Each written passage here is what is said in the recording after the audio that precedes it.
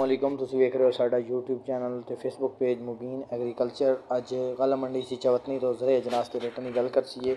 मकई, कपाह, सरों, पीली सरों, लाल जवार, गंदम, मूंजी 1509 कैनात 1121 बाजरा ते तिलां दा अज किसान भाइयों रेट दसीए। सब तो पहले जी मक्की है 1314 सुक्की जी मॉक्चर वाली मक्की 3200 तो लैके 3300 तक विकती पई आराम सुकून नाल।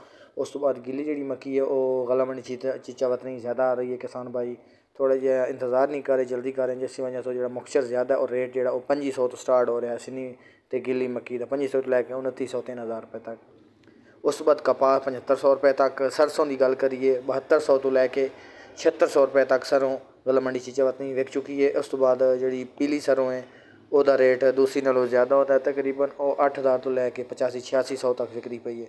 लाल जवार की गल करिए 4600 तो लैके 5000 रुपये तक मार्केट है। चंगा जो माल है 5000 तक, उस तो थोड़ा नॉर्मल माल 4600 तो स्टार्ट होता पे। इस तो बाद अज गंदम की भी सूरत हाल दस रहे हैं। काफ़ी किसान भाई पुछते हैं जी गंदम का की रेट है। 2900 रुपये तो लैके 2950 तक रेट है गला मंडी चीचा वतनी। तो उस तो बाद बाहर दियाँ दूसरिया मंडियां 3000 ਨੂੰ भी विकती पई है गंदम। तो वड्डे शहर इस्लामाबाद, लाहौर, कराची के अंदर भी जोड़े वड्डे बरोकर उन्होंने को जी गंदम है वह तकरीबन 31-3200 भी सेल करते पे।